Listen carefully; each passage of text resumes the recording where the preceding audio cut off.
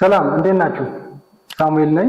በዛሬ ቪዲዮ ውስጥ አሸናፊ የምትሆኑበትን የንግድ ሐሳብ ምንም አይነት ልምድ ባይኖራችሁም ወይም ምንም አይነት ከዜሮ ብትጀምሩም እንዴት መምረጥ እንደምትችሉ እነግራችኋለሁ።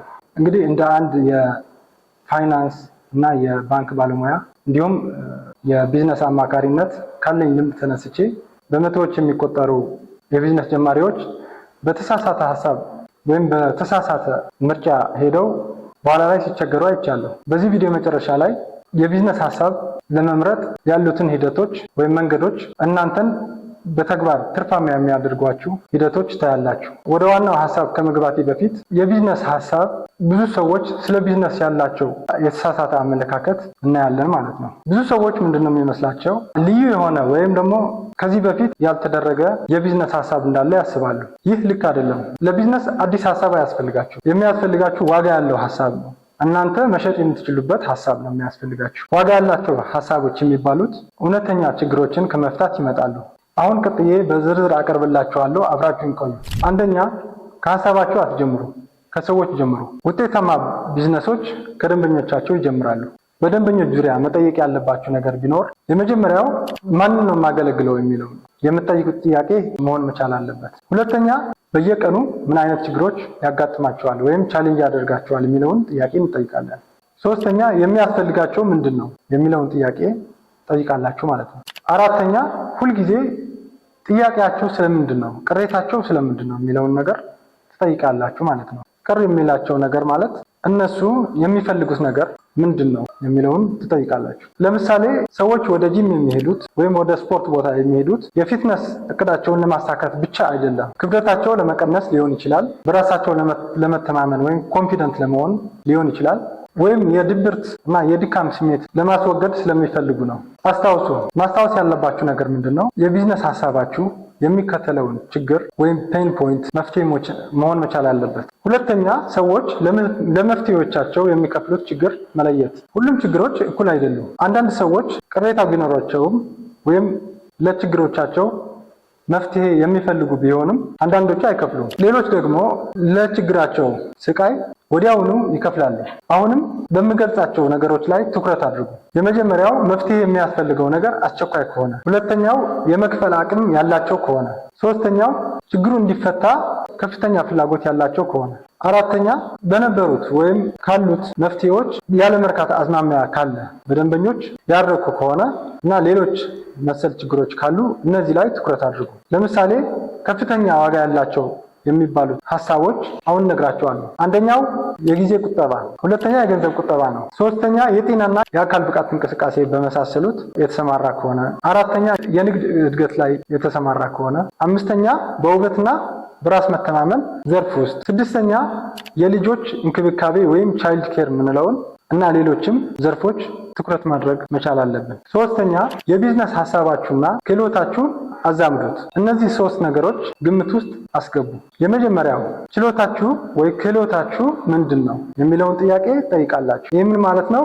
ከልጅነታችሁ ጀምሮ ወይም ተማሪዎች እያላችሁ ያዳበራችሁት ልምድ ካለ፣ ስራ ካለ፣ በተለያዩ የመንግስት ቢሮዎች፣ የግል ቢሮዎች የሰራችሁበት፣ በተጨማሪም የራሳችሁ በትምህርት የመጣችሁበት ነገር ካለ እነዚህ ክህሎቶችን መለየት። ሁለተኛው መማር የምትችሉት ምንድን ነው ብላችሁ መጠየቅ። በማርኬቲንግ ሊሆን ይችላል፣ በሽያጭ ሊሆን ይችላል፣ ወይም ደንበኞች አገልግሎት ትምህርት ሊሆን ይችላል። ስለዚህ እነዚህ ግምት ውስጥ ማስገባት አለባችሁ። ሶስተኛው ሰዎች የሚከፍሉበት መሆኑን አረጋግጡ። ይህን የሚያሳየው ታርጌት ግሩፕ ወይም ደግሞ እናንተ የመረጣችሁበት አካባቢ ይከፍላሉ ወይ ብላችሁ ራሳችሁን መጠየቅ መቻል አለባችሁ። ይህ በጣም አስፈላጊ ነው። አሁን የገለጽኳቸው ሶስት ምክሮች አስተሳስራችሁ በደንብ መርምሩ። ትርፋማ የቢዝነስ ሐሳብ ያለው እዚህ ውስጥ ነው። አራተኛ፣ ትርፋማ መሆኑን ማረጋገጥ። ጥሩ የቢዝነስ ሐሳብ ብቻ በቂ አይደለም፣ የግድ ትርፍ ማምጣት መቻል አለበት። ስለዚህ አሁን በማሳያችሁ ቼክሊስት ቀላል በሆነ መንገድ መመለስ አለበት። መጀመሪያ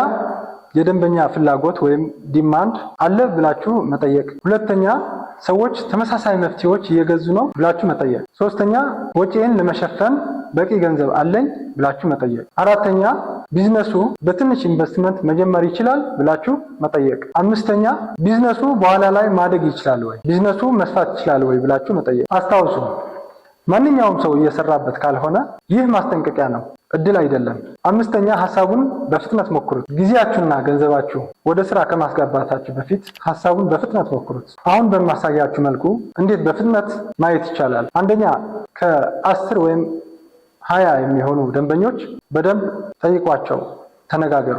ሁለተኛ ምርቶቻችሁ ወይም አገልግሎታችሁ በምን አይነት አሰራር እንደሚሄዱ ቀድማችሁ ተረዱ። በሳፕላይ እንዴት ነው፣ ከየት ነው የማመጣው፣ እንዴት ነው የማቀርበው፣ አሰራሩ ደግሞ እንዴት ነው ብላችሁ በደንብ ጠንቅቃችሁ ማወቅ መቻል አለባችሁ። ቀለል ባለ መንገድ፣ ዘመናዊ በሆነ መንገድ መሰራት ይችላል ወይ ብላችሁ እነዚህን በትክክል ማወቅ መቻል አለባችሁ። ሶስተኛው የእናንተ የቢዝነስ ሐሳብ በማህበራዊ ሚዲያ በማስቀመጥ ያለውን ፊድባክ መቀበል መቻል። አምስተኛ በተቻለ መጠን ቀድመን ከደንበኞች ኦርደር መቀበል ወይም ፕሪሴል የምንለውን ነገር መጠቀም ማለት ነው። እነዚህን በመጠቀም ገዢዎች ፍላጎት ካሳዩ ጥሩ ነው፣ ቀጥሉበት። ፍላጎት ካላሳዩ ግን ተውት አልላችሁም። እኔ የምላችሁ ምንድነው የቢዝነስ ሐሳቡን አስተካክሉት ወይም አጀስት አድርጉት እንጂ መተው አይመከርም። ዛሬ መጀመር የምትችሉባቸው 4 የንግድ ሐሳቦች ላሳያችሁ። አንደኛ በክህሎት ላይ የተመሰረተ ነው። በክህሎት ላይ የተመሰረተ ማለት ምንድነው? ማማከር ሊሆን ይችላል፣ ስልጠና በመስጠትም ሊሆን ይችላል፣ በፍሪላንስ ዘርፍ ያሉት ስራዎችን መስራት ሊሆን ይችላል።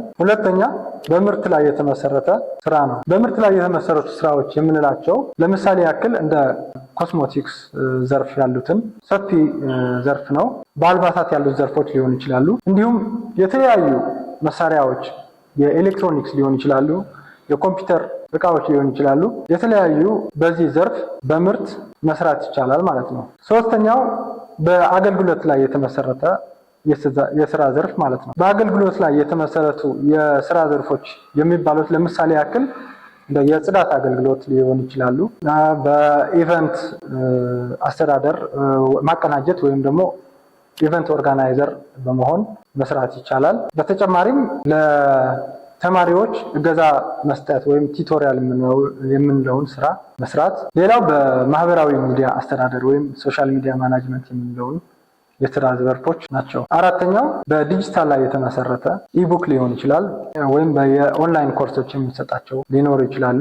ሌላው በተጨማሪ ቴምፕሌቶች የምናዘጋጅባቸው ሊሆን ይችላሉ። በመጨረሻ የቢዝነስ ሐሳባችሁ ጥሩ መሆኑ እንዴት ማወቅ ትችላላችሁ የሚለው እናያለን። አንድ ቢዝነስ ሐሳብ ጥሩ ነው የሚባለው አንደኛ እውነተኛ ችግር ከፈታ፣ ሁለተኛ የደንበኞች ፍላጎት ካለ ወይም ዲማንድ የምንለውን ካለ፣ ሶስተኛ ሰዎች የሚከፍሉበት ከሆነ፣ አራተኛ በትንሽ ኢንቨስትመንት የምትጀምሩ ከሆነ፣ አምስተኛ የደንበኞች ጥያቄ በትክክል ከተረዳችሁ፣ ስድስተኛ ከክህሎታችሁ ወይም ከፍላጎታችሁ ጋር የሚስማማ ከሆነ። እነዚህን ቼክሊስቶች ወይም ዝርዝሮች ፈትሻችሁ ካለፋችሁ እናንተ ዝግጁ ናችሁ ማለት ነው። ትክክለኛው የቢዝነስ ሐሳብ መምረጥ በጉዟችሁ ውስጥ የመጀመሪያው ትልቅ እርምጃ ማለት ነው። በጉዟችሁ ውስጥ የመጀመሪያው ትልቅ እርምጃ ነው። ሳትቸኩሉ በብልሃት ምረጡ። ይህ ቪዲዮ ጠቃሚ ሆኖ ካገኛችሁት ሳብስክራይብ፣ ላይክ፣ ሼር እንዲሁም ሐሳባችሁን ኮሜንት በማድረግ ከስር አስቀምጡልኝ። በቀጣዩ ቪዲዮ ቢዝነስ ለመጀመር ብድር አስፈላጊ ነው ወይስ አይደለም የሚለውን እናያለን። እንዲሁም በሀገራችን ባሉት በህብረት ስራ ማህበሮች፣ በማይክሮ ፋይናንስ እንዲሁም በባንኮች ያለው የብድር መስፈርት ምን ይመስላል ብለን እናያለን። በቀጣይ ቪዲዮ እንገናኝ። ሰላማችሁ ይብዛ።